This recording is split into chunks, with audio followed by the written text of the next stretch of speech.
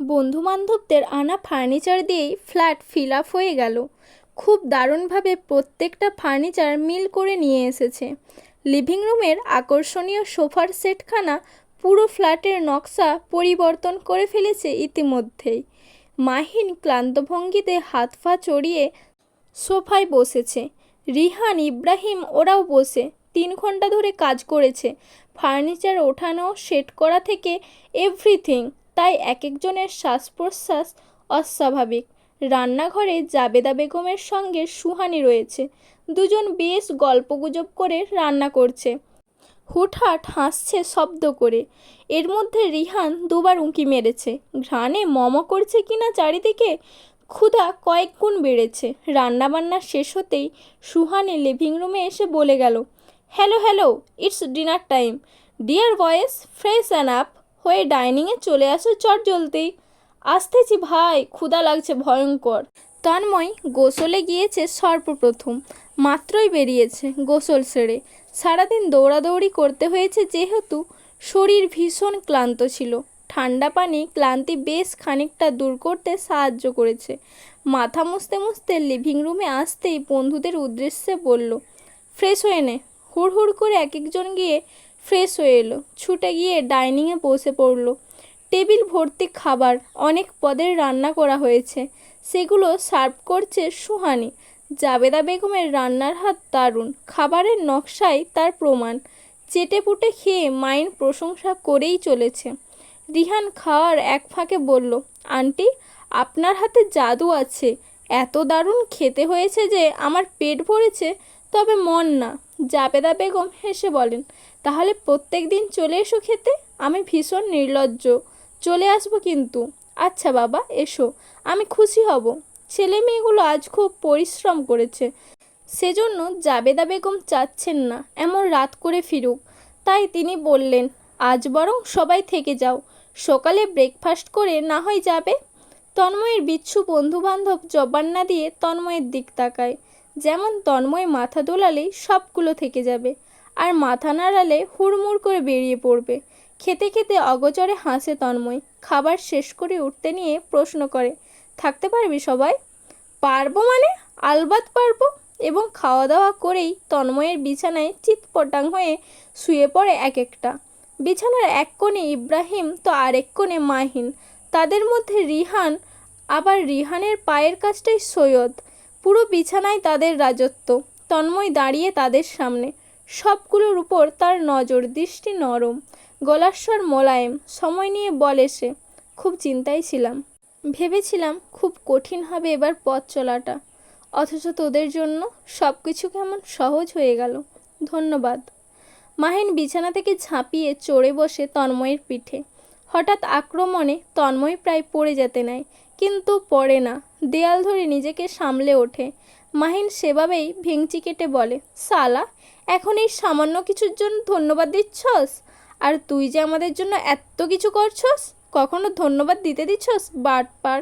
এরপর সাহায্য করিস খালি আমারে। তোর 14 গোষ্ঠী সহ আমি মাহিন ধন্যবাদ দিয়ে ভাসামু, মনে রাখিস। হেসে ওঠে সবাই। তারাও ছুটে আসে বন্ধুত্বের বন্ধনে বন্দি হতে। সুহানি তখন মিষ্টির প্লেট হাতে কেবলই দরজার সামনে এসে দাঁড়িয়েছিল। এমন দৃশ্য দেখতেই গলা ফাটিয়ে চেঁচায়, আরে আরে, আমি কই? চাপ চাপ, আমিও ঢুকবো। বলতে বলতে প্লেট পাশে রাখতে নেয়, যেমন রেখেই দৌড়ে ছেলেদের হাগিং সিচুয়েশনে ঢুকে পড়ে। রিহান ধমক দেয়, এই আসবি না তুই, খবরদার সুহানি, এখানে আমরা ছেলেরা। তাতে কি, আমি আসবো, 100 বার আসবো। দেখি সর মাহিন, জায়গা দে। আমায় ছাড়া কোনো গ্রুপ হাগ হবে না, বিগ নো। তন্ময় হাসে, মাহিনকে ঠেলে জায়গা করে, তারপর হাত বাড়ায়, শব্দ করে বলে, আয় ঢোক। সুহানি দৌড়ে ঢুকে পড়ে বন্ধুদের মধ্যে। নিজেদের গ্রুপের ফেমাস গানটি ঘুরতে ঘুরতে গেয়ে ওঠে সবাই মিলে। এটা তাদের বন্ধুত্বের থিম সং। ভালো কিছু হলেই গাইতে হবে। জাবেদা বেগম দূর থেকে বাচ্চাদের এরূপ দৃশ্য দেখে হাসছেন। বাড়ি থেকে বেরোনোর শূন্যতা বাচ্চাগুলো কমিয়ে দিয়েছে। ঘড়ির কাঁটা রাত 3টায়। সকলে গভীর ঘুমে। তন্ময় ল্যাপটপের সামনে বসে। সব কিছু ফেলে আসলেও ল্যাপটপ ফেলে আসেনি, এটা খুবই গুরুত্বপূর্ণ। আপাতত খুব ব্যস্ত ভঙ্গিতে বড় বড় কোম্পানির অ্যাভেলেবেল পজিশনে সিভি ড্রপ করছে। সে সময় তার ফোন বেজে ওঠে। নাম্বারটি অরুর, লাস্টে 92।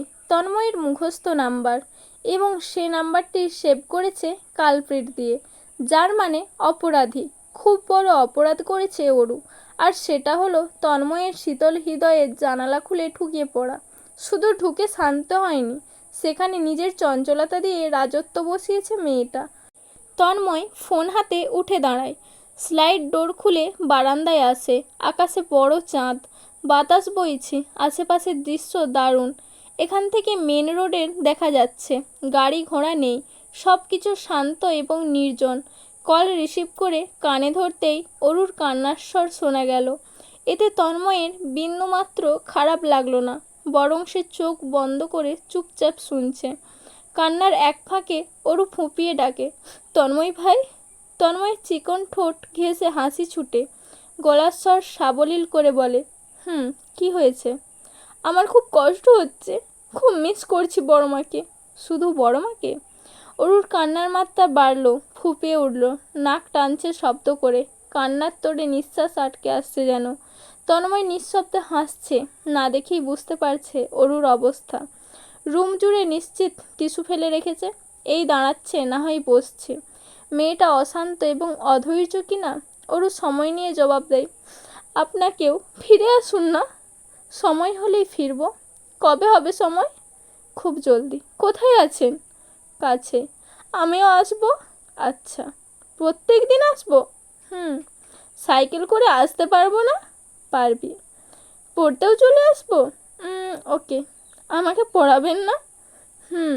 প্রত্যেক দিন পড়বো। ঠিক আছে। আজকে বাড়ির সবাই না খেয়ে সবার মন খারাপ, আমারও। তাই আমি কিচ্ছুই খাইনি। আমার না খিদে পেয়েছে, কিন্তু খেতে নিলেই কান্না পায়। কাঁদতে কাঁদতেই খেয়ে নে। আচ্ছা। তন্ময় হৃদয়ের অণু নামক অসুখটা অনেকাংশ কমে এলো। ভালো লাগায় দলিয়ে উঠল সর্বশরীর। সুদূর আসমানে চেয়ে বিড়বিড়িয়ে বলে ওঠে, ক্ষণিকের দূরত্ব যদি তোকে চিরতরে পাওয়ার রাস্তা হয়ে থাকে, তাহলে তাই সই।